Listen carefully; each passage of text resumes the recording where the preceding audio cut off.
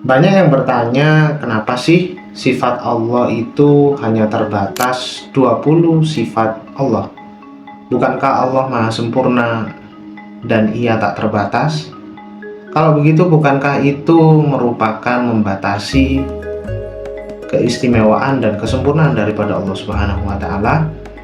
Nah, maka mari kita akan coba kupas secara tuntas tentang masalah ini.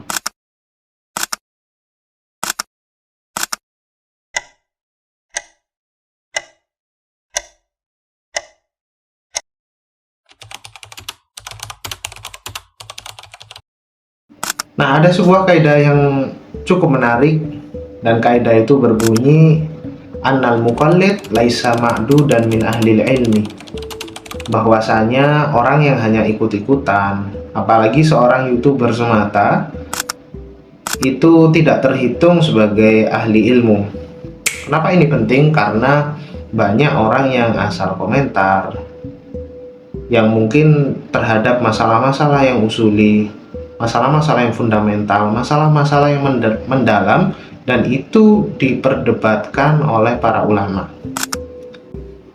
Nah, sekarang perlu kita tegaskan kembali bahwasanya sifat Allah itu tidak terbatas.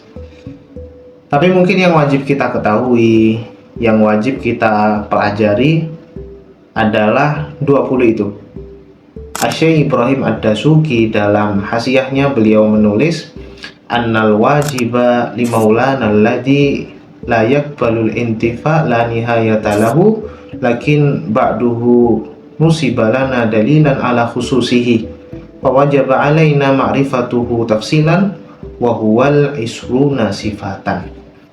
Kata beliau, kesempurnaan Allah itu tidak terbatas, tapi sebagian kesempurnaan itu ditunjukkan kepada kita melalui dalil-dalil. Yang diberi dalil itulah yang wajib kita pelajari secara terperinci, dan itulah yang dinamakan sebagai isruna sifatan, 20 sifat daripada Allah Subhanahu wa Ta'ala.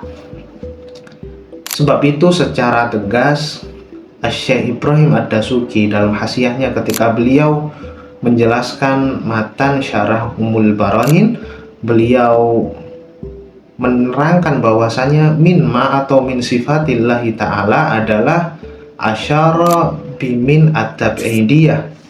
Min di situ adalah at-tab'idiyah, yang menunjukkan sebagian saja, bukan seluruh daripada sifat Allah Subhanahu wa Ta'ala. Untuk apa?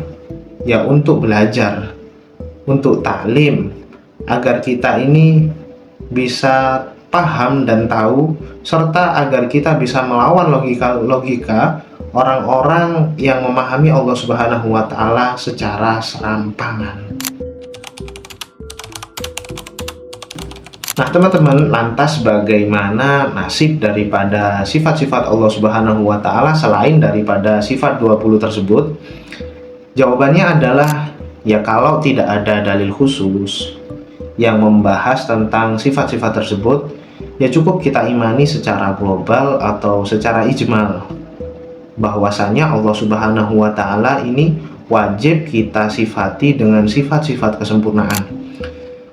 Tak heran sebagaimana dalam kitab Jawahirul Kalamiyah disebutkan bahwasanya iman secara ijmal atau iman secara global itu simpel dan sederhana sekali. Bagaimana kata beliau? Huwa anna takid anallaha subhanahu wa ta'ala muttasifun bijami'i sifatil kamal wa munazzahun an jami'i sifatin nukson. Apa artinya? Bahwasanya kita ini wajib meyakini bahwasanya Allah Subhanahu wa Ta'ala adalah disifati dengan segala sifat kesempurnaan dan disucikan daripada sifat-sifat yang kurang. Maka itulah simpel banget kita memahami bahwasanya Allah Subhanahu wa Ta'ala itu gampang kita imani secara ijmal.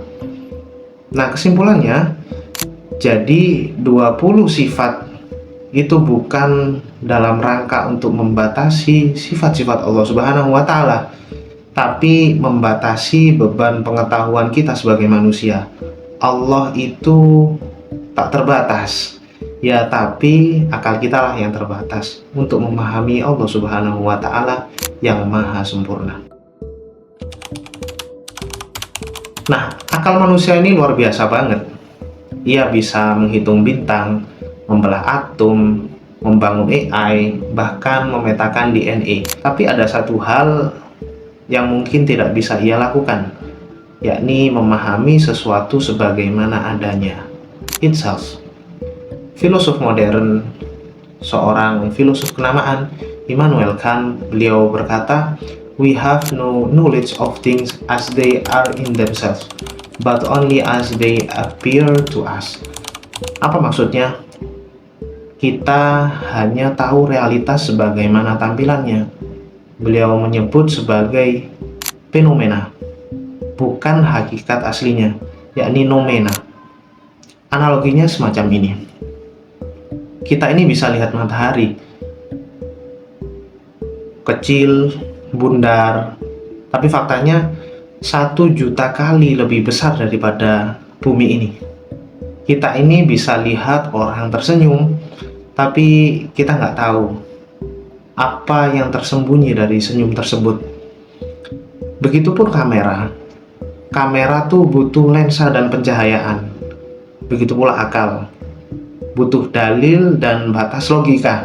Kalau tidak, akal ini mungkin hanya bisa menebak-nebak, memprediksi. Dan inilah yang dikatakan oleh Al-Imam Ad-Dasuki.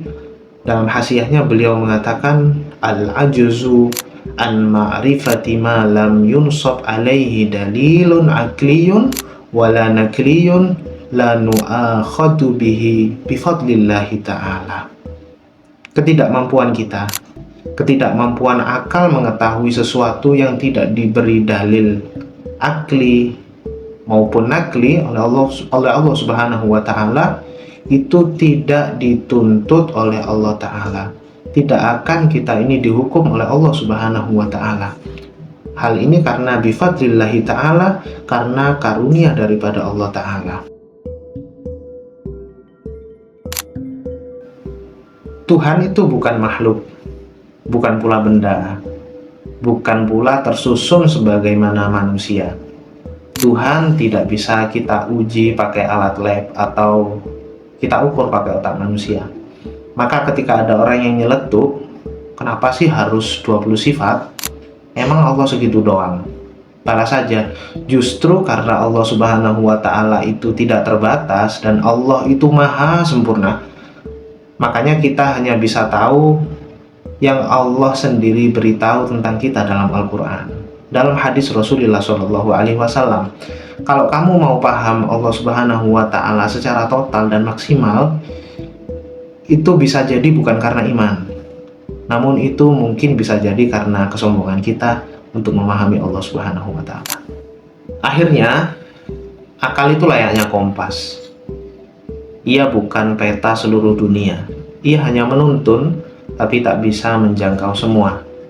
Maka yuk kita percaya pada wahyu sebagai cahaya dan pada Tuhan, pada Allah Subhanahu wa Ta'ala yang tak terbatas pada logika.